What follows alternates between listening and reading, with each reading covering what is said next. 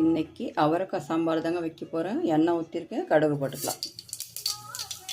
வெங்காயம், தக்காளி, கருவேப்பிலை, கொத்தமல்லி, பூண்டு நசுக்கி வச்சுருக்கேன். இதை போட்டு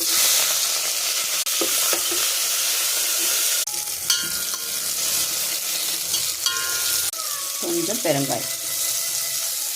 இந்த அவரைக்காய் போட்டுக்கலாம். ஒரே ஒரு முள்ளாங்கி இருக்குது, அதையும் போட்டுக்கலாம். கல்லுக்கு போட்டுக்கிறேன்.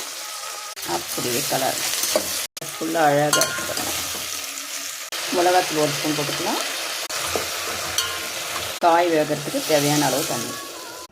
இந்த காய் வேகட்டும். உங்களுக்கு பருப்பு வேக வச்சுருக்கேன், அதை காட்டுறேன். இந்த பருப்பு வேக வச்சுருக்கேங்க. இதில் வெங்காயம், தக்காளி, சீரகம், பூண்டு, பெருங்காயம் இதெல்லாம் போட்டு வேக வச்சுருக்கேன். புளி தண்ணி கரைச்சி வச்சுருக்கேன். காய் வந்துடுச்சு. இந்த பருப்பு ஊற்றிக்கலாம். புளி தண்ணி ஊற்றிக்கிறேன். அப்படியே வீட்டு மிளகாத்தூள் தாங்க, நல்லாயிருக்கும். சாம்பார் ரெடி ஆயிடுச்சுங்க. எப்படி இருக்குது பாருங்கள்.